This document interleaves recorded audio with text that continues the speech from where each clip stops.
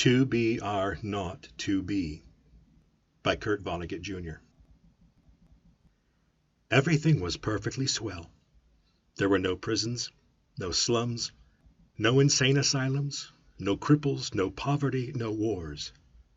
All diseases were conquered. So was old age. Death, barring accidents, was an adventure for volunteers.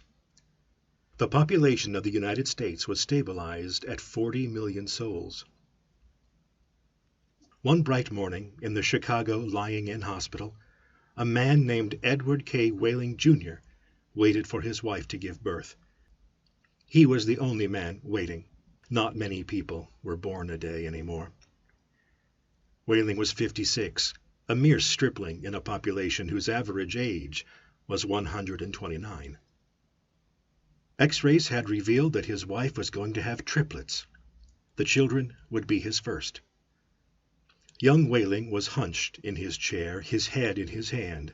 He was so rumpled, so still and colorless as to be virtually invisible.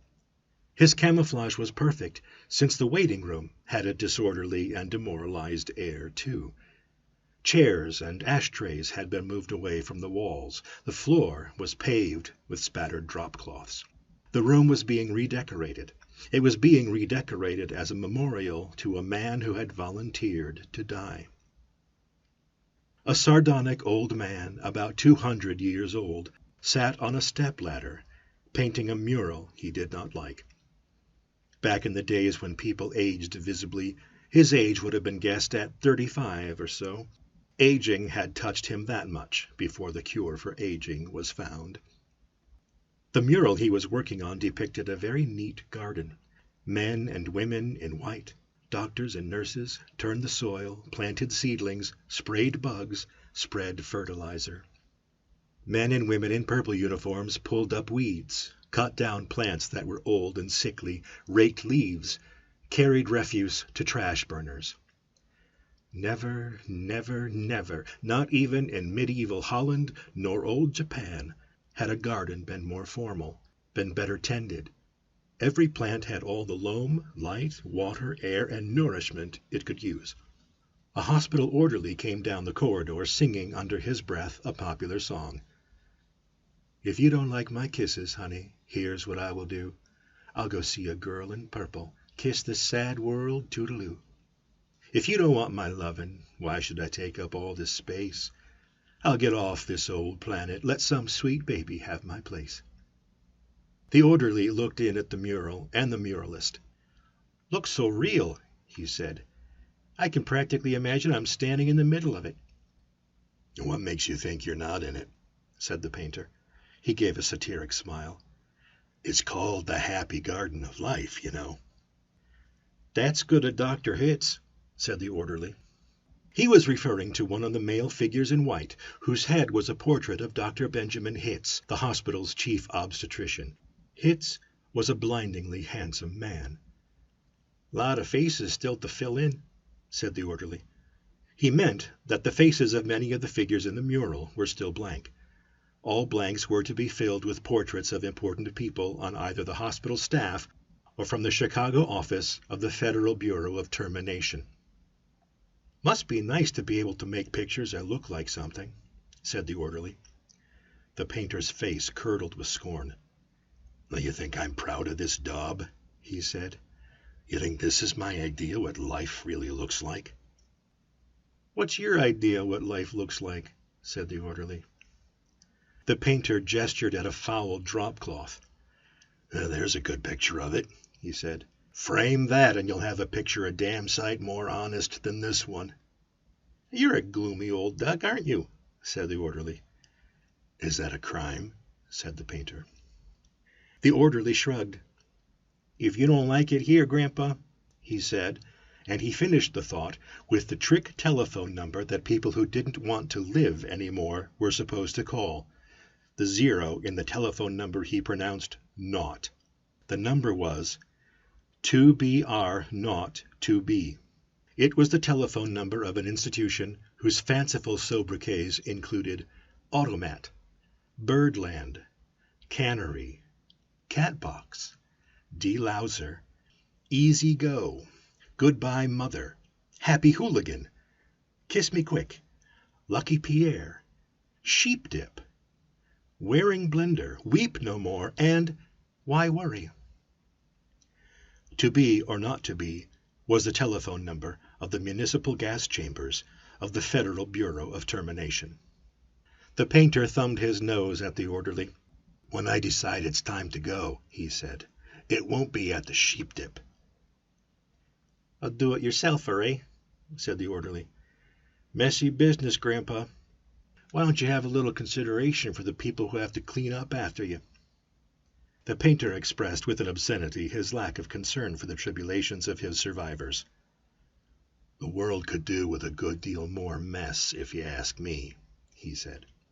The orderly laughed and moved on. Wailing, the waiting father, mumbled something without raising his head, and then he fell silent again. A coarse, formidable woman strode into the waiting room on spike heels. Her shoes, stockings, trench coat, bag, and overseas cap were all purple, the purple the painter called the color of grapes on Judgment Day. The medallion on her purple musette bag was the seal of the Service Division of the Federal Bureau of Termination, an eagle perched on a turnstile. The woman had a lot of facial hair, an unmistakable mustache, in fact. A curious thing about gas chamber hostesses was that, no matter how lovely and feminine they were when recruited, they all sprouted mustaches within 5 years or so. "Is this where I'm supposed to come?" she said to the painter. "A lot would depend on what your business was," he said. "You aren't about to have a baby, are you?" "They told me I was supposed to pose for some picture," she said. "My name's Leora Duncan." She waited. "And you dunk people," he said. "What?" she said. "Skip it," he said. "That sure is a beautiful picture," she said. "Looks just like heaven or something." "Or something," said the painter. He took a list of names from his smock pocket. "Duncan, Duncan, Duncan," he said, scanning the list. "Yes, here you are. You're entitled to be immortalized. See any faceless body here you'd like me to stick your hat on? We've got a few choice ones left." She studied the mural bleakly. "Gee," she said, "they're all the same to me. I don't know anything about art." "A body's a body, eh?" he said. "All righty. As a master of fine art, I recommend this body here." He indicated a faceless figure of a woman who was carrying dried stalks to a trash burner. "Well," said Leora Duncan, "that's more the disposal people, isn't it? I mean, I'm in service. I don't do any disposing." The painter clapped his hands in mock delight. "You say you don't know anything about art, and then you prove in the next breath that you know more about it than I do. Of course the sheave carrier is wrong for a hostess. A snipper, a pruner, that's more your line." He pointed to a figure in purple who was sawing a dead branch from an apple tree. "How about her?" he said. "You like her at all?" "Gosh," she said, and she blushed and became humble. That puts me right next to Dr. Hitz." "That upsets you?" he said. "Good gravy, no," she said. It's just such an honor." "Ah, you admire him, eh?" he said. "Who doesn't admire him?" she said, worshipping the portrait of Hitz. It was the portrait of a tanned, white-haired, omnipotent Zeus, 240 years old. "Who doesn't admire him?" she said again. "He was responsible for setting up the very first gas chamber in Chicago." "Nothing would please me more," said the painter, "than to put you next to him for all time. Sawing off a limb, that strikes you as appropriate?" "That is kind of like what I do," she said. She was demure about what she did. What she did was make people comfortable while she killed them.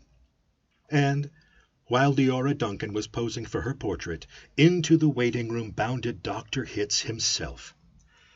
He was 7 feet tall, and he boomed with importance, accomplishments, and the joy of living. "Well, Miss Duncan," he said, and he made a joke. "What are you doing here?" he said. "This isn't where the people leave, this is where they come in." "We're going to be in the same picture together," she said shyly. "Good," said Dr. Hitz heartily. "And say, isn't that some picture?" "Oh, I sure am honored to be in it with you," she said. "Let me tell you," he said, "I'm honored to be in it with you. Without women like you, this wonderful world we've got wouldn't be possible." He saluted her and moved toward the door that led to the delivery rooms. "Guess what was just born," he said. "I can't," she said. "Triplets," he said. "Triplets," she said. She was exclaiming over the legal implications of triplets. The law said that no newborn child could survive unless the parents of the child could find someone who would volunteer to die. Triplets, if they were all to live, called for 3 volunteers. "Do the parents have 3 volunteers?" said Leora Duncan. "Last I heard," said Dr. Hitz, "they had 1 and were trying to scrape another 2 up." "Well, I don't think they made it," she said. "Nobody made 3 appointments with us. Nothing but singles going through today, unless somebody called in after I left. What's the name?" "Whaling," said the waiting father, sitting up, red-eyed and frowsy. "Edward K. Whaling, Jr. is the name of the happy father-to-be." He raised his right hand, looked at a spot on the wall, gave a hoarsely wretched chuckle. "Present," he said. "Oh, Mr. Whaling," said Dr. Hitz, "I didn't see you." "The invisible man," said Whaling. "They just phoned me that your triplets have been born," said Dr. Hitz. "They're all fine, and so is the mother. I'm on my way in to see them now." "Hooray," said Whaling emptily. "You don't sound very happy," said Dr. Hitz. "What man in my shoes wouldn't be happy?" said Whaling. He gestured with his hands to symbolize carefree simplicity. "All I have to do is pick out which one of the triplets is going to live, then deliver my maternal grandfather to the happy hooligan, and come back here with a receipt." Dr. Hitz became rather severe with Whaling, towered over him. "You don't believe in population control, Mr. Whaling?" he said. "I think it's perfectly keen," said Whaling tautly. "Would you like to go back to the good old days, when the population of the Earth was 20 billion, about to become 40 billion, then 80 billion, then 160 billion? "Do you know what a druplet is, Mr. Whaling?" said Hitz. "Nope," said Whaling sulkily. "A druplet, Mr. Whaling, is one of the little knobs, one of the little pulpy grains of a blackberry," said Dr. Hitz. "Without population control, human beings would now be packed on the surface of this old planet like druplets on a blackberry. Think of it!"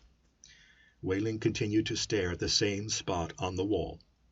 "In the year 2000, said Dr. Hitz, before scientists stepped in and laid down the law, there wasn't even enough drinking water to go around, and nothing to eat but seaweed, and still people insisted on their right to reproduce like jackrabbits, and their right, if possible, to live forever."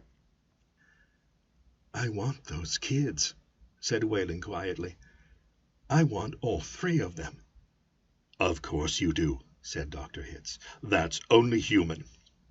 "I don't want my grandfather to die either," said Whaling. "Nobody's really happy about taking a close relative to the cat box," said Dr. Hitz gently, sympathetically. "I wish people wouldn't call it that," said Leora Duncan. "What?" said Dr. Hitz. "I wish people wouldn't call it the cat box and things like that," she said. "It gives people the wrong impression." "You're absolutely right," said Dr. Hitz. "Forgive me." He corrected himself, gave the municipal gas chambers their official title, a title no one ever used in conversation. "I should have said Ethical Suicide Studios," he said. "That sounds so much better," said Leora Duncan. "This child of yours, whichever one you decide to keep, Mr. Whaling," said Dr. Hitz, "he or she is going to live on a happy, roomy, clean, rich planet, thanks to population control. in a garden like that mural there." He shook his head. "2 centuries ago, when I was a young man, it was a hell that nobody thought could last another 20 years. Now, centuries of peace and plenty stretch before us as far as the imagination cares to travel." He smiled luminously. The smile faded as he saw that Wehling had just drawn a revolver. Wehling shot Dr. Hitz dead. "Oh, there's room for one. A great big one," he said. And then he shot Leora Duncan. "It's only death," he said to her as she fell. "There, room for 2. And then he shot himself, making room for all 3 of his children. Nobody came running. Nobody, seemingly, heard the shots. The painter sat on the top of his stepladder, looking down reflectively on the sorry scene. The painter pondered the mournful puzzle of life demanding to be born, and once born, demanding to be fruitful, to multiply and to live as long as possible, to do all that on a very small planet that would have to last forever. All the answers that the painter could think of were grim, even grimmer, surely, than a cat box, a happy hooligan, an easy go. He thought of war.